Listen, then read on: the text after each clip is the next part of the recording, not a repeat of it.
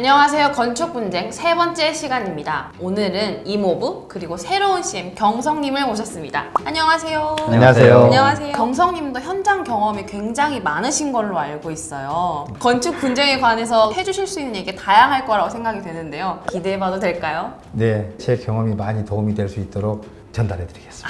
감사합니다. 감사합니다. 그럼 오늘은 설계 도면으로 생긴 에피소드라고 해요. 소송이나 큰 분쟁으로 이어지진 않았지만 건축을 준비 중인 분들이 꼭 아셨으면 좋겠다라고 해서 이렇게 전달해 주셨거든요.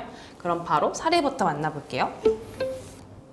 안녕하세요. 현재 준공이 완료됐지만 다른 분들이 저와 비슷한 문제를 겪지 않았으면 하는 마음으로 제보해 봅니다. 재작년 구청 근처에 빠르게 허가를 받을 수 있다는 건축사 사무소를 찾아가 일사천리로 설계를 끝냈고 건축사에서 추천한 건설사와 계약까지 빠르게 완료했습니다. 공사가 진행된 지 2달 정도 됐을 때 건설사에서 이런 말을 하더군요. 가스공사는 직접 하실 건가요? 네? 무슨 말이시죠? 가스공사는 도면에도 없고 계약에도 포함되지 않아서 건축주님이 따로 하셔야 합니다. 저희가 하면은 2,500만 원 정도 추가하셔야 됩니다. 계약할 때는 다 포함이라고 하셨잖아요. 아니요, 도면에도 없고요. 저희가 견적낼 때는 도면에 없는 내역은 별도 협의라고 쓰여 있습니다. 계약할 때 왜 말씀 안 해주셨죠? 계약서를 잘 보셨어야죠. 갑지 아래 특기사항으로 명기해둔 거 있는데 안 보셨나요? 도면에 없지만 어차피 들어가야 될 사항입니다. 당황스러운 마음에 건축사 사무소에도 바로 연락을 해봤지만 돌아온 대답은 황당했습니다. 그 부분은 시공사하고 잘 협의해서 하시면 됩니다. 저는 허가까지는 잘 받아들였어요.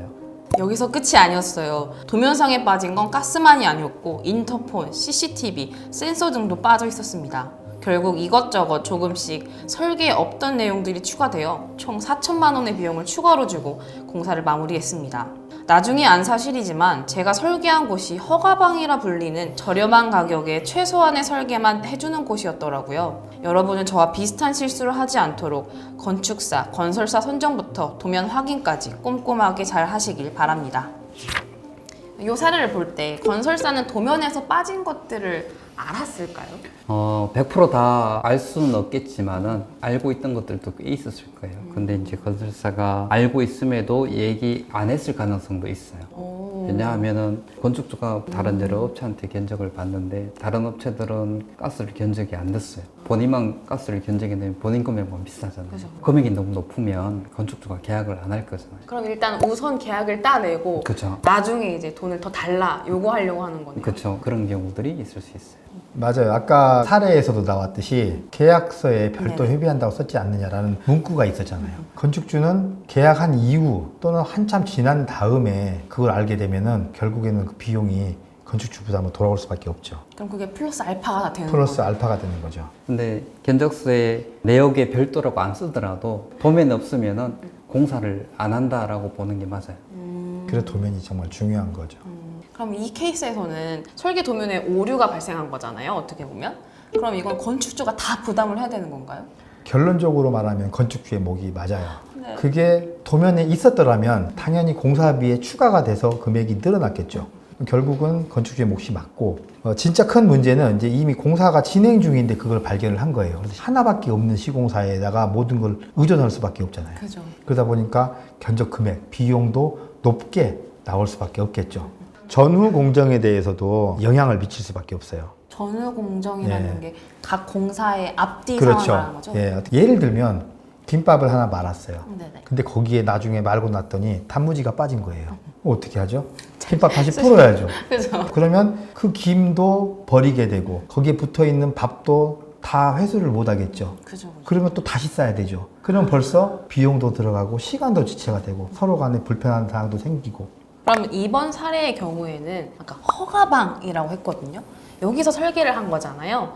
허가방에서 설계를 했을 때 문제들이 많이 발생하게 되나요? 저에게 상담 오시는 분들 중에서, 그러니까 상담이라는 얘기는 문제가 있어서 이제 좀 도와달라고 오신 분들 중에 한 40% 정도 설계를 허가방에서 하신 경우예요. 40%는 진짜 많은 거네요. 예, 허가방 설계가 말 그대로 허가 설계거든요. 그러니까 목적 자체가 허가를 빨리 받기 위해서 하는 설계가 허가를 이제 빨리. 허가방 네네. 설계예요. 허가를 받을 때는 설계 도면이 그렇게 자세하게 필요가 없어요. 그래서 CCTV도 빠질 수 있고 콘센트도 빠질 수 있고 인터폰도 빠질 수 있고 가스가 빠진다고 하더라도 허가를 받는 데는 전혀 이상이 없거든요. 몰랐네요. 이제 이런 허가방 설계를 했을 경우에 건축사가 이거는 건축주가 요청을 하지 않아서 설계를 안 했습니다 하면 뭐라고 하실 거예요? 그럼 제가 건축자라면은 네. 입이 턱 막힐 것 같거든요. 맞아요. 이게 허가를 받는 데는 지장이 없기 때문에 저는 여기까지만 했습니다라고 하면 건축주가 할 말이 별로 없어지거든요. 그러면 이 경우에는 건축장 할 수 있는 게 뭐 없나요? 이제 여기에서 문제가 조금 되는 게 이게 계약 이후의 문제가 협상으로 넘어간다는 거예요. 건축주하고 건설사하고 가격에 대한 협상이 이제 필요하게 되는 거죠. 근데 여기서 이제 분쟁이 많이 생기는데 네네. 이제 이때 건축주가 할 수 있는 거는 가장 좋은 방법은 일단 첫 번째로 수량 산출서를 해보는 거예요. 그래야지 실제로 들어간 수량이 얼마인지를 확인할 수 있으니까. 그리고 확인해야 될 게 이제 건설사가 낸 단가가 맞는지를 확인해야 되는 거죠. 수량이야 뭐 수량 산출서가 있으니까 그걸 확인하면 되지만 그 단가가 맞는지는 사실 잘 모르잖아요. 이럴 땐 어떻게 해야 되나요?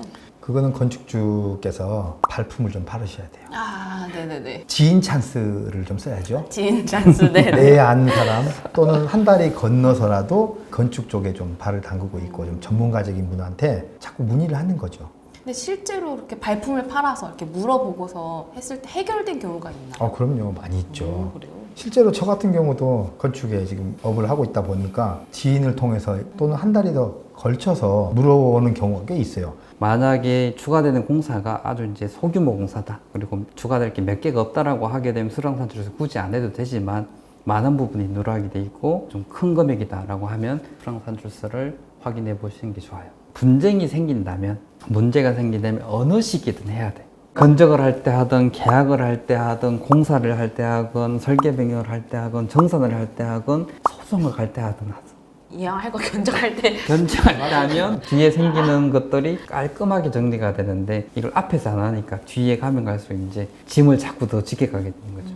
그런데 이제 대부분 그런 분쟁이 생겼을 경우에 건축주들이 그 생각을 잘 못해요. 왜냐하면 지금 건설사한테 4천만 원 청구가 들어왔는데 4천만 원 이제 건설사한테 줘야 되잖아요. 추가 공사니까. 그걸 하기 위해서 또 수량을 내가 내 돈 내고 또 해야 돼? 굳이 왜 이렇게 해야 그렇죠.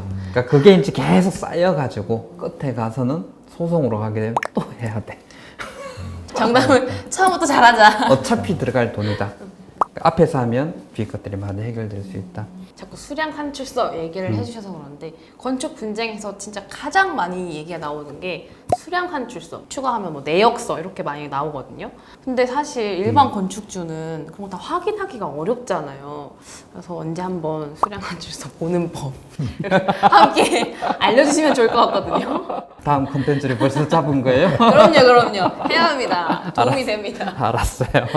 혹시 경선님은 허가방에서 나온 설계를 가지고 견적하거나 공사를 해보신 경험이 있으세요? 공사는 아닌데 견적은 해본 적이 있어요. 왜 공사 안 하셨어요? 그 견적을 했는데 적정 금액에 들어가지 않았겠죠. 건축주 입장에서. 네. 근데 제가 이제 그 견적을 하면서 도면이 너무 엉성한 거예요. 네, 그죠. 이걸로 과연 견적을 할 수 있을까? 근데 어디다 물어봐야 되지? 물어볼 데가 없어요. 근데 견적은 빨리빨리 언제까지 해라 네. 라고 하니까 견적이 하죠. 그러니까 이제 알아서 하는 거예요, 스스로. 아, 요건 빠졌으니까 요건 넣어야겠지, 뭐 요건 해야겠지. 뭐 나름대로 이제 그 당시에 제가 40대 때 이렇게 그 어떤 수준으로 넣어가지고 하는 거예요. 그러니까 많이 아마 빠졌을 수 있었을 거예요. 견적 자체도. 도면이 진짜, 안 좋으니까 예. 이제 그렇죠. 진짜 도면 견적이 안 돼요. 네, 맞아요. 견적이 안 돼요. 견적이 안 되면 공사도 안 되는 거예요. 그렇죠. 견적도 못할 도면이면 네. 그걸로 공사를 어떻게 하냐는 거지. 그런 도면이 문제가 실제 많네. 돌아다녀요, 실제. 저도 이제 건설사에 옛날에 20 몇 년 전이지? 건설사에 있을 때 허가방 설계로 견적을 많이 내봤어요. 미치는 거야. 이걸 가지고 견적을 어떻게 내라는 거지? 그렇죠. 각본 쓰고 각색하고 혼자서 다 해야 혼자 돼요. 다 해야 돼. 네, 혼자서 다 내가 해야 설계자야. CCTV 넣어야 되나? 몇 대를 넣어야 되나? 볼은 화강석으로 돼 있는데 포튼석으로 해야 되나? 음경석으로 해야 되나? 네. 그러다 보니까 견적 낼 때 이제 붙이는 거예요. 그렇죠. 내역에 별도. 특기사항. 예. 근데 실제로 일반적인 중소형 건물에서는 그런 현장들이 상당히 많거든요. 왕왕 있나 보네. 아, 왕왕 정도가 아니에요. 그래요? 사실 입찰에서 1등을 해서 수주를 한다라는 의미는요. 조그마한 회사들 입장에서는 빼먹어야 돼요. 큰 실수 몇 천만 원짜리라든지 공사비에 뭐 2, 3% 이상 되는 것들 하나 빼먹는다든지 아니면은 적당하게 낮은 걸로 그냥 들어간다든지. 문제가 이제 건축이 그걸 모른다는 그렇죠. 거죠. 싸고 좋네 이렇게 되는 그리고 거죠. 읽어봐도 잘 몰라요. 모르죠. 대부분 전문적인 거기 때문에 그렇죠. 도면이 잘 나오고 그걸로 수량하고 내역이 정확하게 뽑혔다면 건설사가 견적을 낼 때 물어볼 일이 없잖아요. 그렇죠. 자재 뭘로 쓰고 수량 얼마니까 정확하니까 그것대로 금액 내고 견적을 받으면 건축주 입장에 거기서 이제 금액을 비교를 해볼 수 있는데 도면이 없어.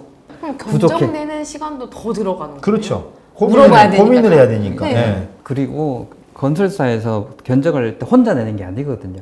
여러 명. 전문 업체한테 줘요. 창호는 창호업체한테, 뭐 도로는 도로업체한테 주는데 그러니까 그 업체한테 줄 때도 좀 없으면 알아서 달라는 것밖에 안 되는 거예요. 그러면 이 사람 생각 다른 그렇죠. 다른 거잖아요. 네. 그래서 그런 부족한 도면으로 견적을 할 때 건설사가 많이 찾으면 찾을수록 견적에서 안 될 확률이 높아지는 거예요.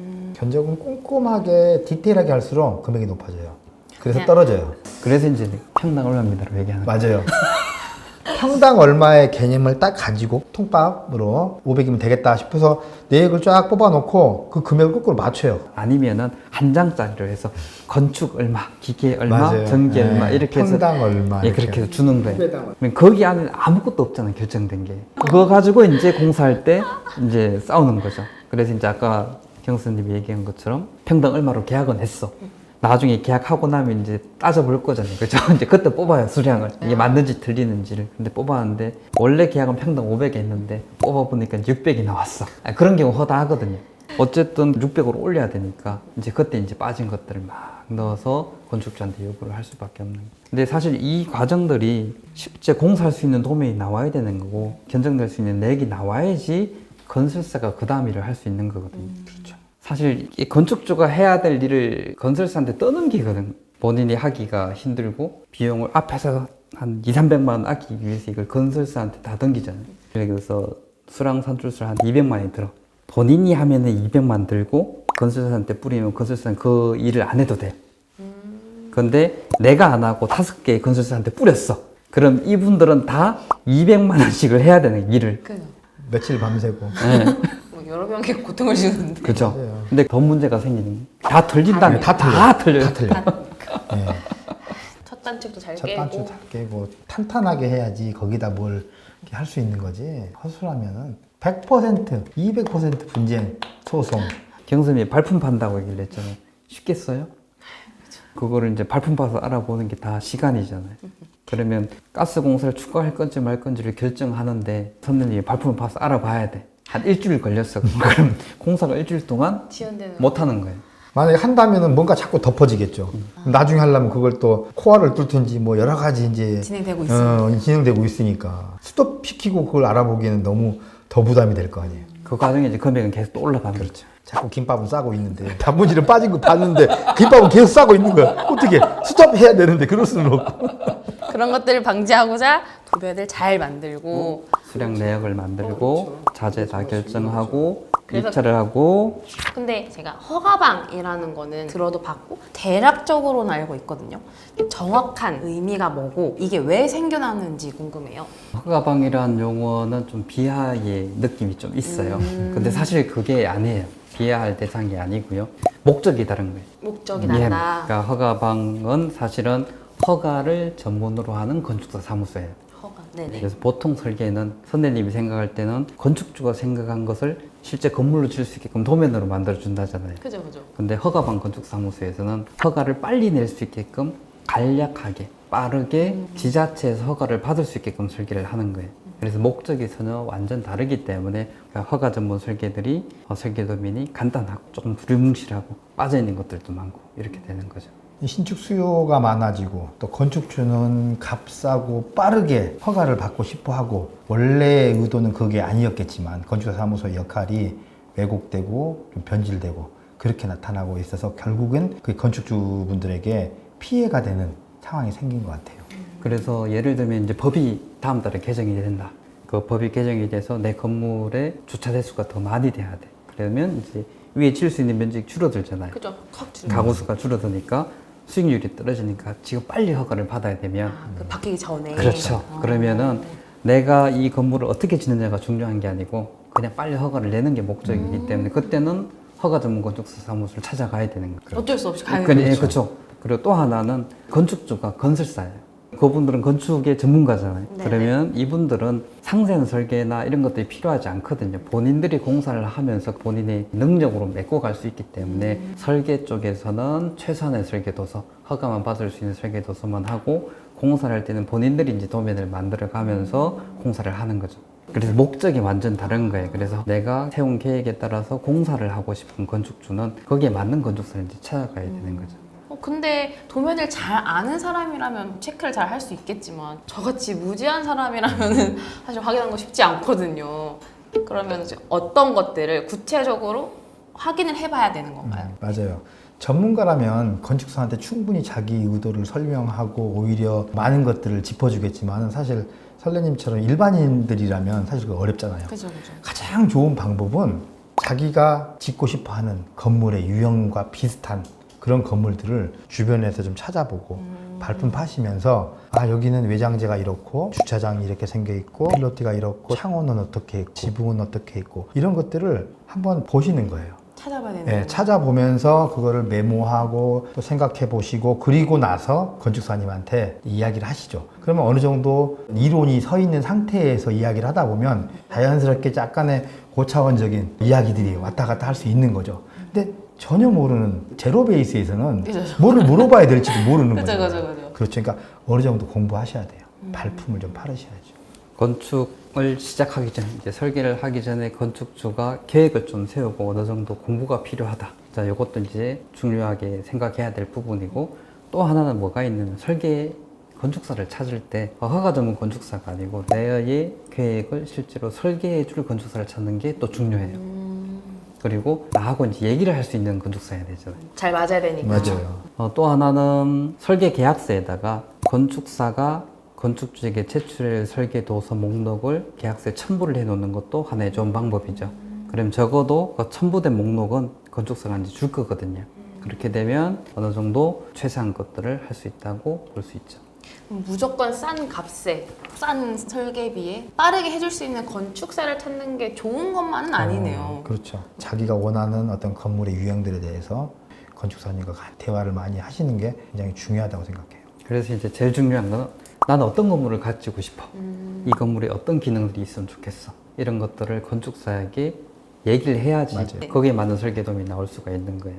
그럼 이렇게 대화를 하면은 건축사가 한 번 더 체크를 해보는 효과가 있겠네요. 그렇죠. 당연히 체크를 그렇죠. 어떤 건축사 분들도 본인이 설계한 건축물이 잘 나왔으면 좋겠는 거거든요.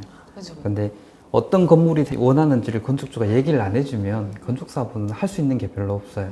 그래서 설계 기간이 한 달 안에 설계를 끝낸다, 2달 안에 설계를 끝낸다. 이 얘기는 건축주가 원하는 거를 건축사한테 얘기를 못 한다는 거예요. 그래서 설계 기간이 보통 6개월 정도 잡잖아요. 그죠? 그 기간 안에 건축주가 원하는 상상을 하잖아요. 내가 나는 이런 건물을 그리죠. 갖고 싶어. 이런 것들을 건축사한테 얘기를 해줘야지 건축사가 거기에 맞춰서 설계를 해줄 수 있는 거예요. 주문을 많이 하셔야 돼요. 그 설계할 때 건축사하고 많은 대화를 한 만큼 공사를 할 때 시공사하고 생길 수 있는 분쟁들이 이제 많이 줄어들었습니다. 설계를 할 때 건축사한테 온전히 다 맡기는 게 아니라 함께 설계를 만들어 간다 이렇게 생각을 해야 되겠네요. 예, 그렇게 생각을 맞아요. 해야 돼요. 그렇게 건축주님께서 하신 만큼 시간, 비용, 스트레스 팍팍 줄이실 수 있습니다. 그래서 건축은 건축주가 공부하고 준비한 만큼 덜 힘들다. 맞아요. 건축이 쉽다고는 얘기를 못해요. 하지만 덜 힘들게 공사는 할 수 있거든요. 공부하고 알아보고 찾아보고 해야 되겠네요. 네. 오늘 정말 이렇게 얘기를 잘 해주셔서 감사드립니다. 감사합니다.